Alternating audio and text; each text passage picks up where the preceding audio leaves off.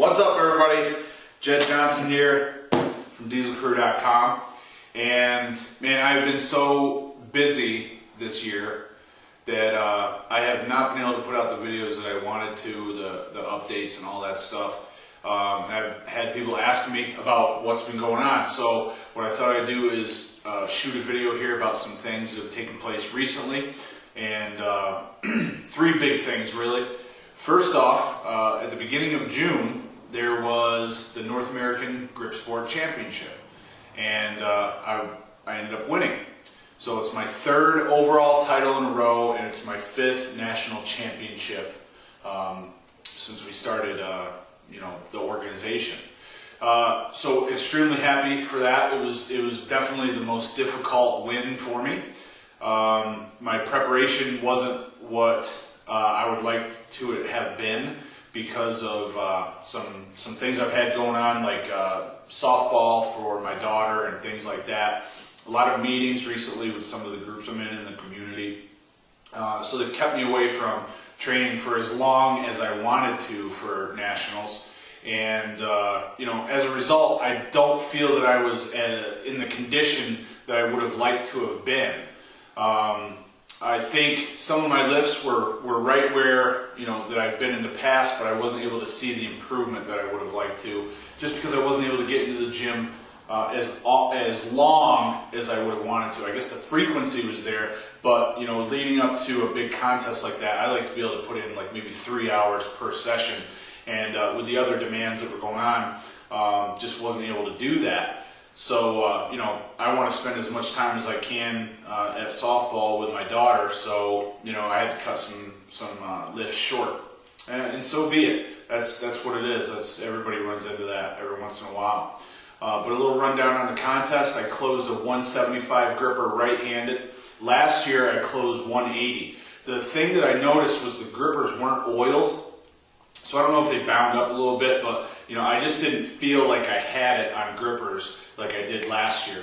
I've mentioned this a couple times in other spots. I was actually shaking. I was so nervous. I don't know what the deal was. I was so nervous that I was shaking.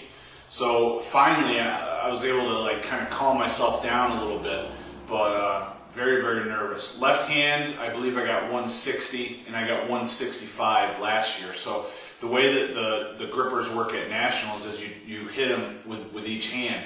You go 4 times right, 4 times left, and we have a set of grippers that go from like 80 pounds to 220 pounds, and those are pounds as figured by the RGC, the rating device that we use for grippers. So the same person rated them, and it's awesome. We have them all in 5-pound increments all the way up to like 220.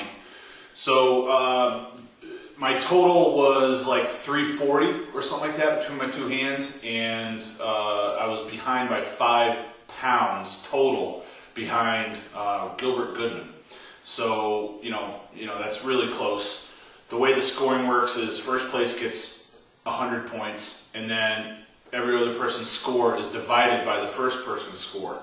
So if I had 340 and Gil had 345, then my score was 340 divided by 345, and whatever that is times 100, so it might have been like 99 points or whatever.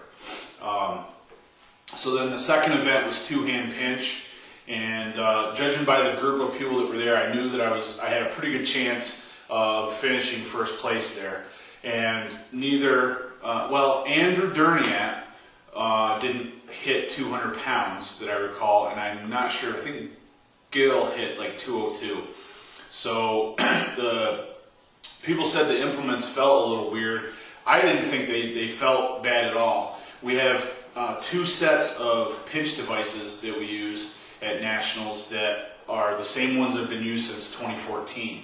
So they're always the same. They get put in storage, after the event, and they sit right in the same spot for a year.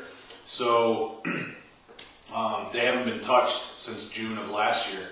And I think I got 242 or something like that, 242 pounds. So I took first place on that, and that put me in first place overall. The third event was axle, double overhand grip on an Iron Mind axle. So this year the goal was to hit 400 pounds. And we did a little experimenting with our training this year, and it was a little bit more high volume than I'm used to, and it just didn't pay off. I still didn't hit 400 pounds. I did, I think 386, then 396. I missed on the first try, got it the second try, and went for, I believe, 402 on my last try, and it just wasn't there.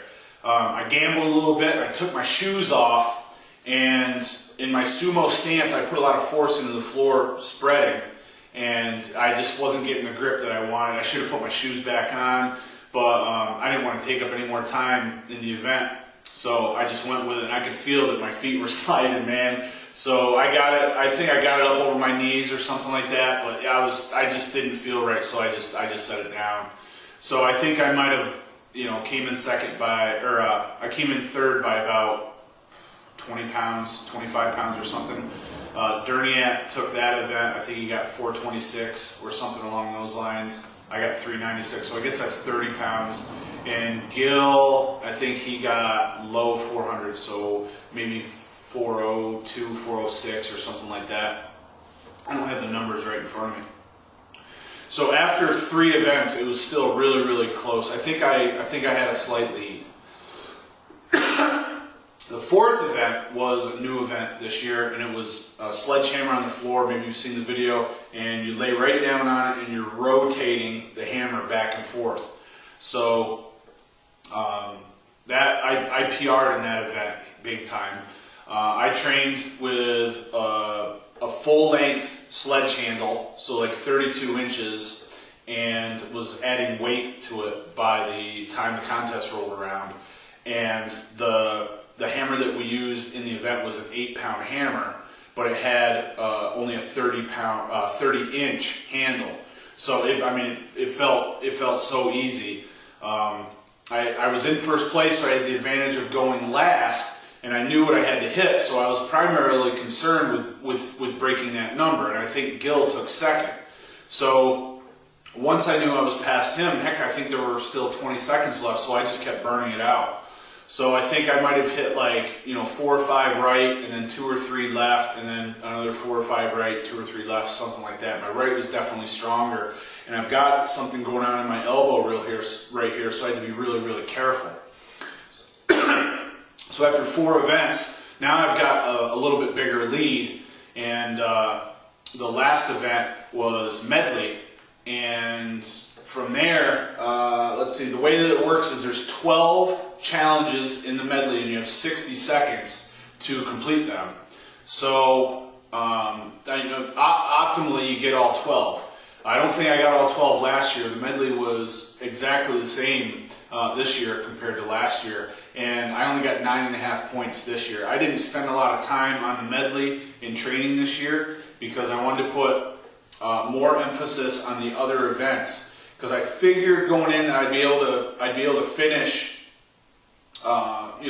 pretty well on the medley without putting a lot of time into it. So really, we just kind of set up 3 or 4 challenges and did those challenges as fast as we could for some conditioning and getting used to bending over and not getting an optimal grip on everything. So I was happy. I got I believe 9.5 points, and I think first place was 11 points.